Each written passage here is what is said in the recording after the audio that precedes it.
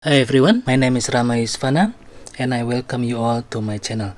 In this video, I am going to demonstrate the use of a concept card as a study tool or study aid to help students in answering some of the MCAT questions, especially the passage type questions. Shown here is an example of practice questions for the biochem section of the exam that I took from UWorld. The link is provided in the description of the video. As you can see from the first paragraph, the main theme or topic of these questions is in the area of glycolysis and gluconeogenesis. It is quite a huge topic and also quite difficult to remember all of the biochemical reactions involved. Therefore, the use of some kind of flashcard or one-page summary card would greatly help students to simplify the main idea of a particular pathway. What molecules and enzymes involved, how the pathway regulated, and what are the main functions of the metabolic pathway. Before we read the entire passage, I would suggest to look at the figure first in order to get an additional idea what the passage might be discussing. We already know that it is going to talk about glycolysis and gluconeogenesis, but it is unlikely that they will talk about everything in this pathway. That's why I would first examine and try to understand what the figure is all about. As always, we should try to firstly identify the independent and dependent variables in the experiment. Figures in MCAT usually always show a result of an experiment. Therefore, it must include both the independent and dependent variables. Usually, the independent variable is shown in the x-axis, which in this case the substrate concentration. Figure 1a is for fructose 6-phosphate or F6P, and figure 1b is fructose 1,6-bisphosphate. The results or the dependent variable is in the y-axis. In this case, it shows a percentage of enzyme activity. So figure 1a is the enzyme phosphofructokinase 1, PFK1, and figure 1b is F16-bisphosphatase enzyme, fructose 1,6-bisphosphatase enzyme. In addition, there should also be a control experiment and a treatment experiment for comparison purposes. In this figure, we can assume that the control experiment is the absence of F26BP or fructose 2,6-bisphosphate as indicated by the minus sign, and the treatment experiment is the presence of F26BP as indicated by the plus sign. The result of all of these experiments are shown in the graph. By now, we should try to remember what we have studied for this topic. Having some kind of summary card or concept card during your last minute preparation of the exam should help you refresh this topic quickly. I have an example of such concept cards that you are welcome to use for your study. However, let me first go through with you quickly some of the main feature of the card and what it is all about in the cards. So this is an example of a concept card that I would like to call glycolysis gluconeogenesis RL1 or rate limiting factor 1. On the bottom left, you can see the legends. For example, the one here is with broken line arrow is showing glycolysis or glycogenolysis. It's a catabolic reaction resulting in net to ATP. And then on the red arrow shows gluconeogenesis or glycogenesis. It's an anabolic reaction consuming 6 molecule of ATP. And then the square rectangle, the blue rectangle showing substrates or products. Orange ellipse or oval is an enzymes, and the triangle shows a hormone. So a concept card designed to be very brief. So we use an abbreviation such as G6P, F6P, and so on. So from left to right, as you can see, you should all be familiar that it shows a glycolysis reaction, glycolysis pathway from glucose from in the bloodstream, and then followed by G6P in the cell after a certain transmembrane transport molecule, and then followed by F6P, which stands for fructose 6-phosphates, and then down F16BP or fructose 1,6 bisphosphate. You should all be familiar with all of these abbreviations during your study. For example, the one on the right here, F26BP, it stands for fructose 2,6 bisphosphates. So the first enzyme here, hexokinase or glucokinase in the liver. As you all know, kinase transport 1-phosphate groups from ATP into the substrate glucose. So from glucose become glucose 6-phosphate. So the number 6 here represent the location of the carbon atom. So carbon location number 6, G6P. And then followed by isomerase enzymes to convert G6P into fructose 6P, F6P. And then down is F16BP is catalyzed by the enzyme PFK1 or phosphate fructokinase 1, consuming 1 ATP. So we already have 1 ATP in carbon position number 6 plus an extra ATP becomes 2 ATP. So the location of the phosphate group will be in carbon number 6 and number 1. So we call it bisphosphate rather than just 1-phosphate. On the other side, we have another molecule called F26BP, which is an effector molecule. So basically here, the dots line here indicate that it's stimulating the enzyme, in this case phosphofructokinase 1. So the conversion of F6P to F26BP is catalyzed by the enzyme phosphofructokinase 2 or PFK2. It's requiring ATP, 1 ATP. So that's the reason why it transport one phosphate group from F6P to become 2 phosphate group molecule F26BP. There is also hormones, in this case insulin and glucagons. Yeah. So insulin shows here positively stimulate or increase the activity of enzyme phosphofructokinase 2. Okay. Similarly, the hormone insulin also stimulate the activity of enzyme phosphofructokinase 1.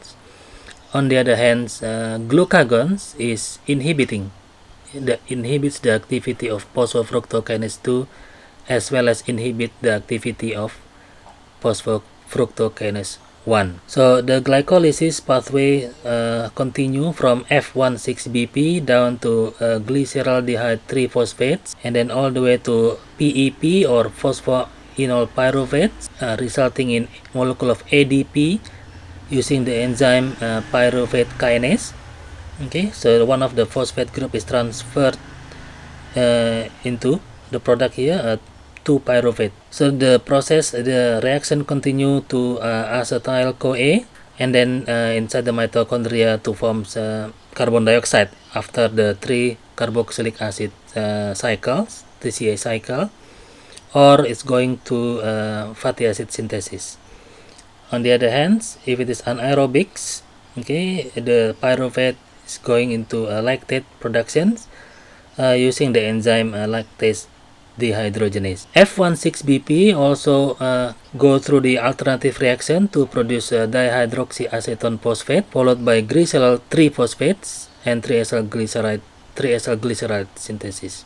Okay, before we attempt to answer question number 1, take a couple of minutes to pause the video and read a complete paragraph of passage 1. So in question number 1, all of the following statements about PFK1 and F16BP are correct except.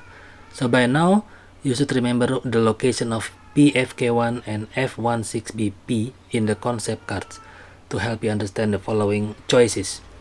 So choice number 1, PFK1 cooperatively converts F6P to F16BP. So the concept of cooperativity is not mentioned anywhere in the paragraph, but figure 1 shows both PFK1 and F16BPase shows a sigmoidal or S-shaped activity curves, which indicates that both of these enzymes are cooperative. Choice B, F16BPase cooperatively converts F16BP to F6P.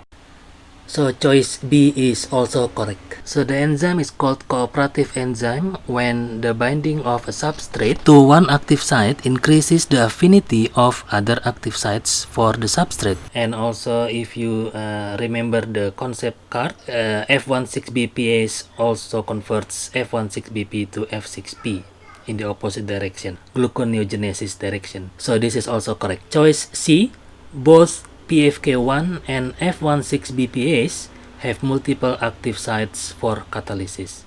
So this is also correct because both enzymes are cooperative, therefore they have a multiple active sites for catalysis. Choice D, F16BPase catalyzes the reverse reaction of PFK1 to regenerate ATP.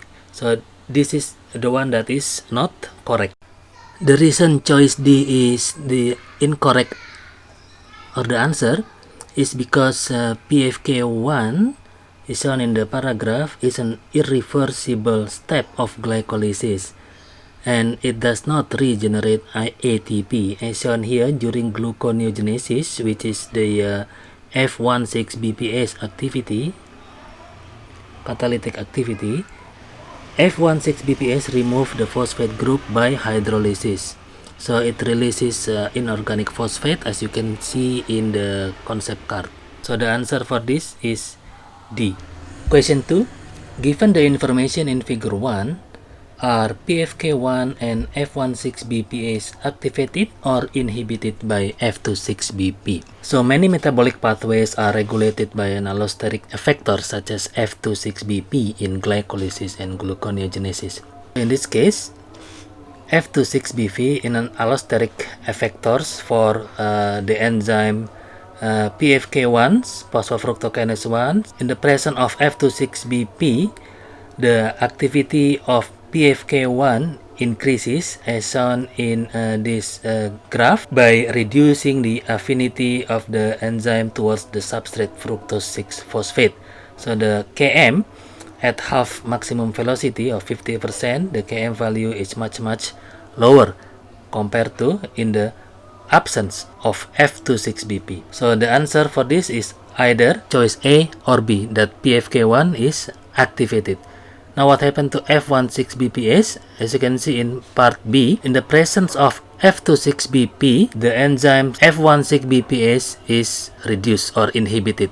As you can see, the affinity or the Km of the enzyme is reduced from initially in these regions to in this 50 millimolar, 50 micromolar concentration and above, around 60 micromolar. So the answer for this question is B.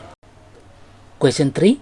If one glucose molecule is converted to pyruvate in the muscle and then the resulting pyruvate molecules are converted back to glucose in the liver, what is the net number of ATP equivalents consumed? So for this question, it is related to the Cori cycle. So it tests your knowledge on understanding of Cori cycle, because the passage only mentions a short statement that says gluconeogenesis consumes 6 ATP equivalents to convert 2 pyruvate molecules back to glucose, which is gluconeogenesis. So according to this passage, gluconeogenesis requires net input of 6 ATP equivalents or 2 GTP and 4 ATP in order to produce 1 glucose molecule. Glycolysis in the muscle is connected to gluconeogenesis in the liver by the Cori cycle. You can also check the answer with our key concept diagram that says clearly that glycolysis is a catabolic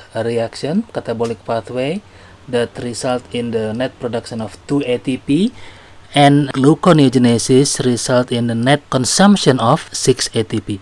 Therefore, the answer for this question is a net 4 molecule of ATP equivalent is consumed. Question 4. Which metabolic process most likely provides the energy necessary for sustained gluconeogenesis? So reference on gluconeogenesis on the passage is described mainly in paragraph 1 that says gluconeogenesis consumes 6 ATP equivalents. So it requires energy. So where this energy comes from? So from the choices given, we have fatty acid oxidation, glycogenolysis, fermentation, and pentose phosphate pathway. Clearly, it requires our own knowledge on understanding of this biochemical pathway. So for glycogenolysis, for example, it produces glucose using glycogen as the substrate. That's why they call it glycogenolysis. So when glycogen is present, gluconeogenesis is no longer required. Gluconeogenesis generally occurs after glycogen stores have been depleted or running out. So glycogenolysis would not be able to provide the needed energy for gluconeogenesis. For fermentation, in most eukaryotes, fermentation is the conversion of pyruvate to lactate and is usually done anaerobically, resulting in lactate, which can then enter gluconeogenesis after being converted back to pyruvate, but it does not, however, provide the needed energy for sustained gluconeogenesis pathway. Therefore, fermentation is unlikely answer. For choice D, pentose phosphate pathway, it converts glucose and glycolysis intermediates to ribose 5-phosphate. This process neither consumes nor produces any ATP, so it does not provide the energy required for gluconeogenesis pathway. Likely answer is A, which is fatty acid oxidation. Fatty acid oxidation or degradation to acetyl-CoA results in NADH and ATP. Maybe in the future I will make a more detailed concept card, another concept card on this topic, fatty acid oxidation. So the resulting acetyl-CoA, as you can see in our concept diagram, the acetyl-CoA can then enter citric acid cycle, TCA cycle, in order to produce more NADH and FADH2 as well as ATP. Therefore, the answer fatty acid oxidation most likely to provide the energy required for sustained gluconeogenesis pathway. Question 5. The information in the passage and the data in figure 1 support the conclusion that when glycolysis is active, the bifunctional PFK2/F26BPase enzyme is what? So information about the bifunctional enzyme is mainly referred to in the last paragraph of the passage as highlighted in this video. So when glycolysis is active means the blood glucose is high. So under high blood glucose condition, the enzyme become dephosphorylated, activating the PFK2 domain and inactivating the F26BPase domain. So what happens if the blood glucose is high? Then the bifunctional enzyme become dephosphorylated. So the answer is either choice C or D. Next, we need to find out whether it consumes F26BP or it produces F26BP. What happens? When the enzyme is dephosphorylated, it activates PFK2 domain and inactivates the F26BPase domain. So when F26BPase domain is inactivated, of course, the F26BP is produced. So the answer for this question is D, dephosphorylated and produces F26BP. We can also check in the concept card as shown in this diagram. Question 6. What effect does glucagon most likely have on F26BP synthesis in the liver? Glucagon will. In order to answer this question, you need to understand what glucagon is. So basically, glucagon is the opposite of insulin hormone. So if blood glucose is high, insulin is released by the pancreas in order to remove glucose from the bloodstream and then be uptake by the cells. On the contrary, if blood glucose is low, then glucagon is released by the pancreas. So reference about this blood glucose level is shown in this last paragraph as highlighted by the yellow color. When blood glucose levels are low, the enzyme becomes phosphorylated. The enzyme here refers to the bifunctional enzyme. This phosphorylation event simultaneously activates F26BPase domain and inactivates the PFK2 domain. Well, if the F26BPase domain is activated, then obviously the F26BP become reduced or decrease. So the answer for this question is C. It causes a decrease in F26BP synthesis. As a final note, I hope this video clearly demonstrates the importance or the usefulness of a concept card as an MCAT preparation kit. Thank you.